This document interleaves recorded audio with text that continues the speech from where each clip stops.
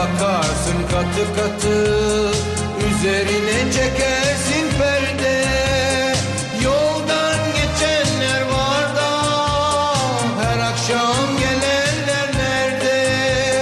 Kara yazı yazıldı sanma, insanın da kaderi böyle. Öyle bir geçer zaman ki dediğim aynı